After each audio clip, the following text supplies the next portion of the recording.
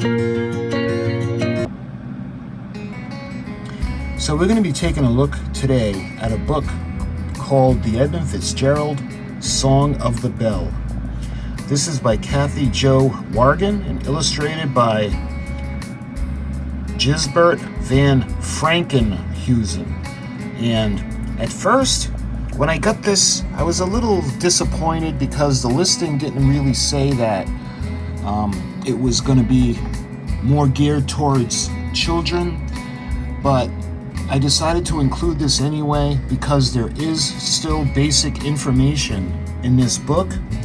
And if you don't know a lot about the Edmund Fitzgerald or you're curious, there is some information in this book that pretty much honors her and will inform you about the ship and her crew. So sit back and relax, and today we're going to take a look at Song of the Bell from the Edmund Fitzgerald. So this is the Edmund Fitzgerald, the Song of the Bell. You can see, incidentally, a picture of the beautiful bell from the ship herself. And we got the author's notes, the illustrator's note, and the copyright is 2003. And I do believe this is the... Nope, this is not the first printing. So this is the 10th printing of this book, actually. Okay. Long, long ago, deep glaciers lay cold and hard upon the land. Over time, these huge walls of ice began to thaw and move away, scraping deep basins into the earth. As they pushed along, each large depression filled with water from the melting ice, giving birth to a large and powerful body of fresh water we now call the Great Lakes. It was a warm Sunday afternoon on November 9th, 1975. This was a time when people wore bell-bottom pants and platform shoes and were learning a dance called the hustle. Gerald R. Ford was president of the United States. A loaf of bread cost about 38 cents, and the waterways of the Great Lakes were filled with boats carrying coal, salt, lumber, and iron ore. On this day, a group of sailors left port out of Duluth Superior Harbor in Superior, Wisconsin. That morning, the Edmund Fitzgerald had been loaded with 26,000 tons of taconite pellets. These are tiny balls made from refined iron ore. This ore was to be taken to Zug Island in the Detroit River and used to build cars. This was the job of the men aboard the Edmund Fitzgerald, to safely transport taconite from the Iron Range of Minnesota to ports across the Great Lakes. The bell rings forever where heroes are found, for the soul of the sailor is held with its sound. At 729 feet long, the Edmund Fitzgerald was the largest ship on the Great Lakes from the time it was launched in 1958 until larger ships came along in 1971. Through all its days, it was called the pride of the American flag. It was the finest cargo ship on the Great Lakes because of this. Only the best sailors in the fleet were offered the chance to work on board her. The ship plowed its way northeast in a slow, steady way. Captain Gerald Ernest McSorley knew that bad weather was blowing in because the Weather Bureau had issued a gale warning earlier that day.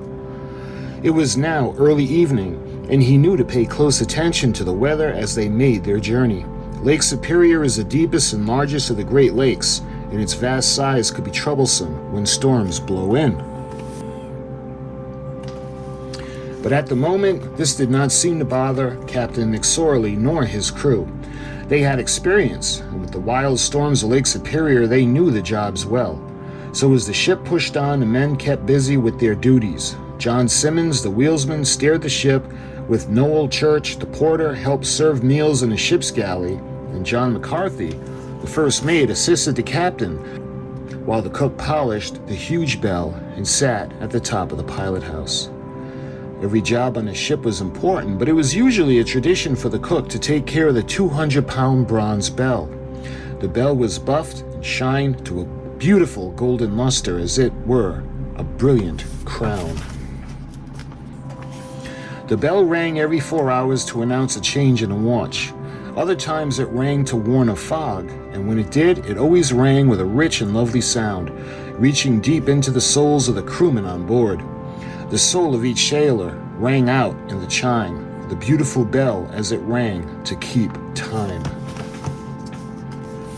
By nightfall, the Edmund Fitzgerald had traveled many miles. Captain McSorley knew another ship carrying taconite, the Arthur M. Anderson, was traveling behind him.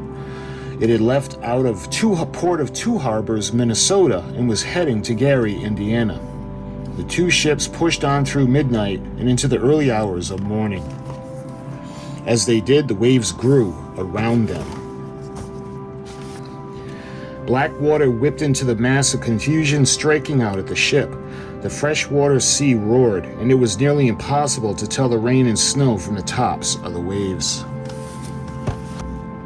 But even as the storm raged around them, the 29 men on board the Edmund Fitzgerald continued with their jobs, watchful and alert.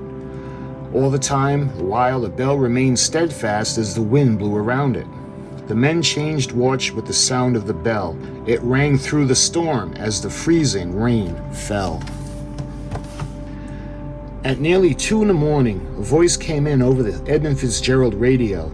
It was Jesse Bernie Cooper, captain of the Arthur M. Anderson. He radioed Captain McSorley to talk about the bad weather. They were traveling close together in the shelter of the highlands on a northerly route along the Canadian shore rather than going straight across Lake Superior. Although this route was longer, it would be safer, so the pair pushed on, not knowing what would happen next. The battered bell rang as the storm held its grip. It rang for the men as the heart of the ship. By early afternoon the next day, the Edmund Fitzgerald was far past Island Royal and the Kenai Peninsula, which something began to worry Captain McSorley. His long-range radar was not working, and he needed to pass it safely. By Michipicoten Island and Caribou Island, these are dangerous areas to pass, and Captain McSorley knew he should not get in too close to Caribou Island because of the 6-fathom shoal, which is a hard, rocky, shallow area that might tear the ship's hull into pieces. The other ship, the Arthur M. Anderson, was about 16 miles behind the Edmund Fitzgerald. Captain Cooper of the Anderson watched his radar, noticing the path of the Fitzgerald was taking as it rounded past Caribou Island. Captain Cooper turned to his first mate, Morgan Clark. "Look at this, Morgan. The Fitzgerald is a lot closer to 6-fathom shoal than I would like my ship to be." Minutes later, Captain McSorley of the Fitzgerald radioed the Anderson and spoke to First Mate Clark. "Anderson, this is the Fitzgerald. I have sustained some topside damage. I have a fence rail laid down, 2 vents lost or damaged, and a starboard list. I'm checking down. Will you stay by me until I get to Whitefish?" Captain Cooper replied, "Roger that, Fitzgerald. Do you have your pumps going?"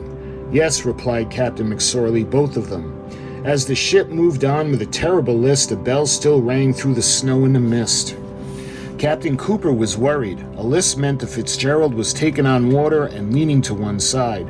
Damaged vents could mean water might pour into the ballast tanks, which are deep tanks on either side of the ship's cargo hold.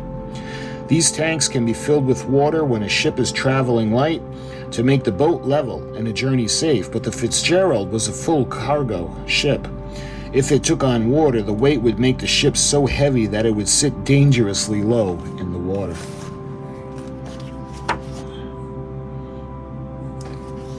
The storm was heaving water upon the ship, and now both long and short radar were gone. Captain McSorley knew the Edmund Fitzgerald had to make the shelter lee of Whitefish Point. Getting there was his only hope, the only hope for the other men as well. But as the Edmund Fitzgerald and the Arthur M. Anderson struggled east, the wind roared and the waves grew even larger. With no radar, Captain McSorley used his radio direction finder to track a beacon signal from Whitefish Point, which assured him he was going in the right direction. The exhausted crew struggled to maintain the ship in a storm, trying to make it to Whitefish Bay. Captain McSorley was tracking his course when suddenly the radio direction beacon from Whitefish Point disappeared. The storm had taken out the power to Whitefish Point with no guiding radar or radio beacon. The Fitzgerald was blind in the storm. It was dark and cold, and Edmund Fitzgerald had to fight its way through the night. No one was allowed on deck, and the men held on to hope that the Fitzgerald would make it to Whitefish Bay, only 20 miles ahead. At 10 minutes past 7 o'clock that night, First Mate Clark of the Anderson noticed a ship heading in the direction of the Fitzgerald. Because the Anderson was now acting as the eyes for the Fitzgerald, he radioed Captain McSorley to tell him the ship was passed by safely. After that, the first mate asked Fitzgerald, "This is the Anderson. Have you checked down?" "Yes, we have," replied Captain McSorley. "By the way, Fitzgerald, how are you making out with your problem?" McSorley replied, "We are holding our own." The first mate of the Anderson was watching the Fitzgerald progress on his radar when all of a sudden, the ship simply vanished from the screen. Captain Cooper ordered his men to search the horizon for the Edmund Fitzgerald, but the men saw nothing. The great ship could not be seen. There, in the blowing snow and pounding waves, the Edmund Fitzgerald and the 29 men aboard it disappeared without so much as a cry for help. There wasn't a sound except for the bell. Some say it rang when the mighty ship fell. The Edmund Fitzgerald was found later, lying broken and twisted on the bottom of Lake Superior, only 17 miles from the shelter of Whitefish Point. The great ship had plunged to the bottom so fast that no one may have ever be sure the cause of her sinking. On July 4th of 1995, 20 years after the tragic loss of the Edmund Fitzgerald, special divers went to the wreck to recover the bell from the ship. When the divers cut the bell free, it was hoisted to the surface. Along the way, it was swung on a cable and the bell chimed again for the sailors, ringing out beautifully as it broke the surface and came into the sunlight for the first time in so many years. A replica bell, inscribed with the names of all 29 men who died that night, was brought down to the ship where it will remain forever as a tribute to those lost. Then, as the wreath of flowers were tossed upon the water, family members said goodbye to the men they loved so much. Today, the bell that rang out from the Edmund Fitzgerald that fateful night is lovingly polished once again, reminding us to honor those sailors and the heritage of our people. It was a heritage of water, of wind, of ships, and of hard-working men and women.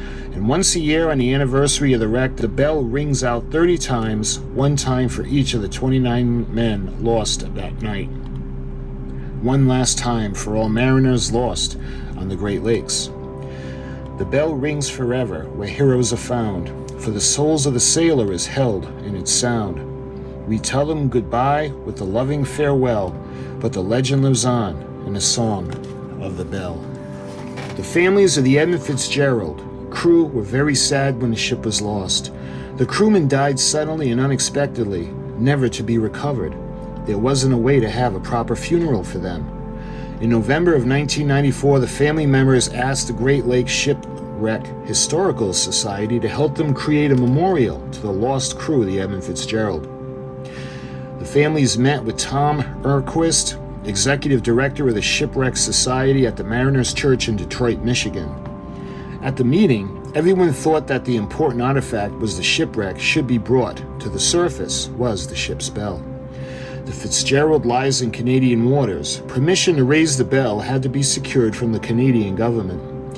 A letter encouraging that permission was sent out from the office of the President of the United States. The family members also wrote letters in support of an effort to raise the bell. With the help of Emery Christophe of the National Geographic Society, the Canadian Navy provided a ship and crew of 85 to the bell recovery expedition, with 2 submarines aboard. The expedition also used the new suit, a high-tech underwater diving suit. The new suit allowed a diver to get close enough to the bell to carefully remove it from the roof of the pilot house. The bell of the Edmund Fitzgerald was recovered from the ship, lying in 535 feet of water on July 4th of 1995. A replica bell, engraved with the names of the lost crew members, was put back in its place. A replica bell is still on the ship today, serving as a grave marker for the crew. The Edmund Fitzgerald's bell is at the Great Lakes Shipwreck Museum at Whitefish Point, Michigan, just 17 miles where the ship lies in Lake Superior. Many people come and visit this museum and see the bell. Now, said the families, we have a place to come. We can remember our loved ones. And this is courtesy of the Great Lakes Shipwreck Historical Society.